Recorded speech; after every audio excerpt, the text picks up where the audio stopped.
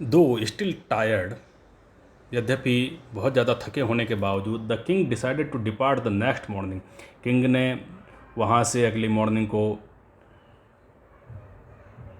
विदा ली। He said many thanks for your kindness to a poor traveller, उसने कहा, राजा ने कहा कि आपको बहुत बहुत धन्यवाद कि आपने इस गरीब ट्रैवलर के ऊपर बहुत ज़्यादा दया दिखाई। I have a long way to go, मुझे एक लंबा रास्ता तय करना है, परमिट मी टू लीव, मुझे यहाँ से जाने की आज्ञा दीजिए, ऐसा राजा ने उस शेफर्ड से कहा।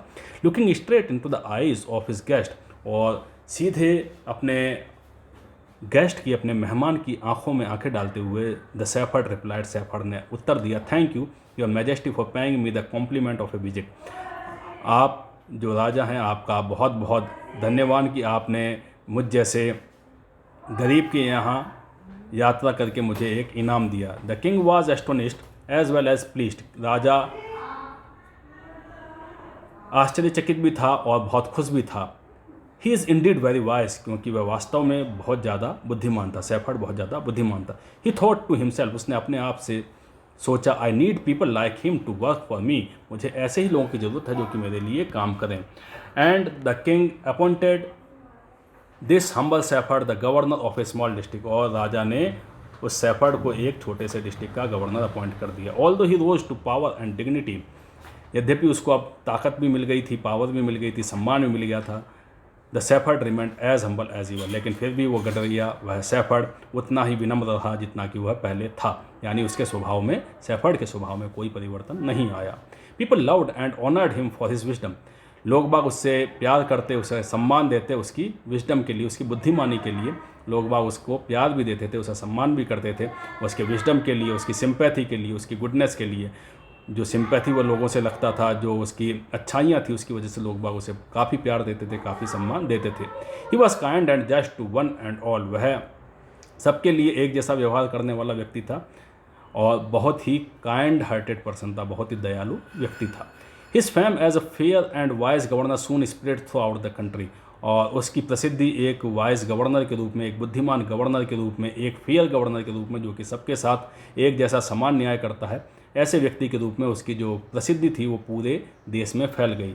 Now the governor of other provinces grew terribly jealous of him, अब जो दूसरे प्रोविंसेस के, दूसरे स्टेट के जो गवर्नर थे, वो टेरिबली यानी बहुत ज़्यादा जेलस फील करने लगे, बहुत ज़्यादा ईर्ष्या महसूस करने लगे उस शेफर्ड से। And began to talk to the king against him, और हमेशा राजा से उसके विरोध में बातें करते। दे सैड, वे कहते, he is very honest dishonest, वह बहुत ज़्यादा डिसऑनेस्ट है, ऑनेस्ट का अपोजिट डिसऑनेस्ट, बहुत ज़्यादा बेईमान है। And keeps for himself part of the money that he collects as tax from the people, और वह उस पैसे का कुछ हिस्सा अपने पास रख लेता है जो कि लोगों से टैक्सेस के रूप में लिया जाता है, कलेक्ट किया जाता है। What did he always carry with him, they added an iron chest, उन्होंने अपनी बात में कुछ और ऐड करते हुए कहा कि फिर आप ये बताइए कि वह हमेशा अपने साथ एक आयरन चेस्ट क्यों रखता है। What is the reason behind it that he always carry an iron chest with him, कि वह अपने साथ आयरन चेस्ट, एक आयरन का बॉक्स क्यों लेकर के रहता है, क्यों लेकर के रखता है, इसका क्या रीज़न है। वह निश्चित ही उसके अंदर अपना जो भी पैसा वह टैक्सेस से लोगों से लेता है, उसका कुछ हिस्सा उस आयरन चेस्ट में रख लेता है, इसीलिए वह आयरन चेस्ट हमेशा अपने पास रखता है। Perhaps he carried in it the treasure that he had secretly collected, शायद वह उसके अंदर वह ट्रेजर, वह खजाना लेकर के चलता हो जो कि सीक्रेटली यानी गुप्त रूप से उसने इकट्ठा कर लिया है। After all this add mockingly, उन्होंने मजाक बनाते हुए कहा, he was an ordinary shepherd and could be have no better, क्योंकि वह एक साधारण सा शेफर्ड ही तो है और वह कोई अच्छा व्यवहार नहीं कर सकता। The new governor was called to the palace, नए गवर्नर को पैलेस में बुलाया गया, महल में बुलाया गया। He was order to explain why he always carried an iron chest, और उससे इस बात को एक्सप्लेन करने के लिए कहा गया कि वह हमेशा आयरन चेस्ट अपने पास क्यों रखता है। What is the reason behind it that he always carry an iron chest with him. The chest content no gold और सिल्वर, चेस्ट में कोई न तो सोना था न चांदी था, फिर उसमें क्या था, आइए इसको इस स्टोरी के नेक्स्ट पार्ट में हम फाइंड आउट करते हैं। At first the king did not pay attention to these reports, पहले तो राजा ने इन रिपोर्ट्स पे, इन बातों पे कोई ध्यान नहीं दिया। But how long could he ignore these governors and the endless stories about the shepherd, लेकिन कितने दिनों तक राजा इन गवर्नर्स को इग्नोर करता, उनको अनदेखा करता, उनकी जो कभी ख़त्म न होने वाली कहानियाँ थीं, उन पर कब तक ध्यान न देता। राजा को इन पे ध्यान देना ही पड़ा। वन थिंग वॉज सर्टेन, एक बात तो निश्चित थी, द किंग डिस्कवर्ड, जो कि राजा ने भी खोजी थी, the new governor did carry an iron chest with him all the time, कि वह जो नया गवर्नर था हमेशा अपने साथ में एक आयरन चेस्ट रखा करता था। सो वन डे, इसलिए एक दिन, the new governor was summon to the palace, उस नए गवर्नर को पैलेस में, महल में आने का आदेश दिया गया, समन्ड किया गया। ही cam riding on his camel, वह अपने कैमल के ऊपर सवारी करते हुए आया। एंड टू एवरीवन्स डिलाइट, और सभी लोगों को आनंदित करते हुए, क्योंकि सब लोग बहुत ज़्यादा खुश हुए जब उन्होंने पाया, क्या पाया, the famous iron chest was there fastened securely behind him on the camel's back, कि वह प्रसिद्ध आयरन चेस्ट, वह प्रसिद्ध लोहे का बक्सा भी उसने मजबूती के साथ में कैमल की पीठ पे बांध रखा था। Now the king was angry, अब किंग, राजा बहुत नाराज हो गया। ही थंडर्ड, वह चिल्लाया, Y do you always carry that iron chest with you, तुम हमेशा इस आयरन चेस्ट को अपने साथ क्यों लेकर के रखते हो, क्यों लेकर के जाते हो। व्हाट डज इट कंटेन, इसके अंदर क्या चीज़ है।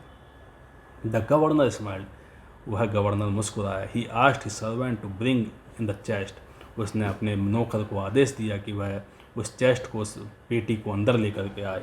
How eagerly the people standing around waited for the shepherds to be found out, और कितने ज़्यादा लोग बाग ईगर हो गए, कितने ज़्यादा लोग बाग उत्सुक हो गए यह देखने के लिए कि इस चेस्ट के अंदर, इस पेटी में क्या निकल करके आता है। But how great was their astonishment, लेकिन उनके आश्चर्य का उस समय कोई ठिकाना ना रहा। And even of the king himself, और राजा के भी आश्चर्य का कोई ठिकाना ना रहा। एस्टोनिश्ड यानी आश्चर्य का।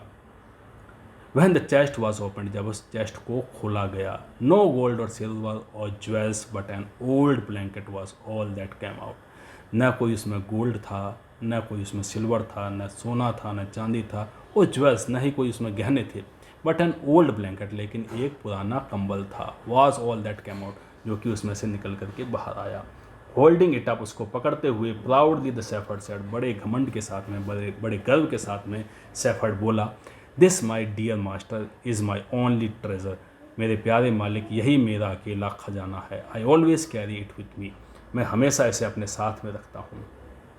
But why do you carry such an ordinary blanket with you, लेकिन तुम इस साधारण से कंबल को अपने साथ हमेशा क्यों रखते हो। What is the reason behind it that you carry such a type of ordinary blanket with you, राजा ने पूछा। श्योरली, निश्चित रूप से, you are the governor of a district, तुम तो एक डिस्ट्रिक्ट के गवर्नर हो, फिर तुमको इस पुराने से ब्लैंकेट की क्या आवश्यकता है। द किंग आस्क्ड, राजा ने पूछा। To which the shepherd replied, इसके उत्तर में शेफर्ड बोला, विथ क्वाइट डिग्निटी, पूरे सम्मान के साथ में, this blanket is my oldest friend, यह ब्लैंकेट मेरा पुराना मित्र है। It will still protect me, यह अब भी मेरी प्रोटेक्ट करता है। If at any time your majesty should wish to take away my new cloak, कि आप मेरे मालिक, मेरे राजा, किसी भी समय आप अगर मेरी नई ड्रेस को, न्यू क्लॉक का मतलब नए कपड़ों को, या मेरे नई पोस्ट को वापस लेंगे, तो मेरी रक्षा करने के लिए, मेरे को प्रोटेक्शन देने के लिए यही ब्लैंकेट मेरे काम आएगा। फिर मुझे इसी ब्लैंकेट को ओढ़ करके सोना पड़ेगा, यही ब्लैंकेट मेरी हेल्प करेगा। तो यह उत्तर उसने दिया। How please the king was, इस उत्तर को सुनकर के राजा बहुत प्रसन्न हुआ, प्लीज हुआ। And how impressed the jealous governors become to hear the wise man's reply, और कितने ज़्यादा इम्प्रेस हुए, कितने ज़्यादा शर्मिंदा हुए जो जेलस गवर्नर थे, जो ईर्ष्या करने वाले गवर्नर थे, उस बुद्धिमान शेफर्ड का रिप्लाई सुन के, उस बुद्धिमान शेफर्ड का उत्तर सुन करके जो ईर्ष्या करने वाले गवर्नर थे, उन्हें बहुत ज़्यादा शर्मिंदगी महसूस हुई।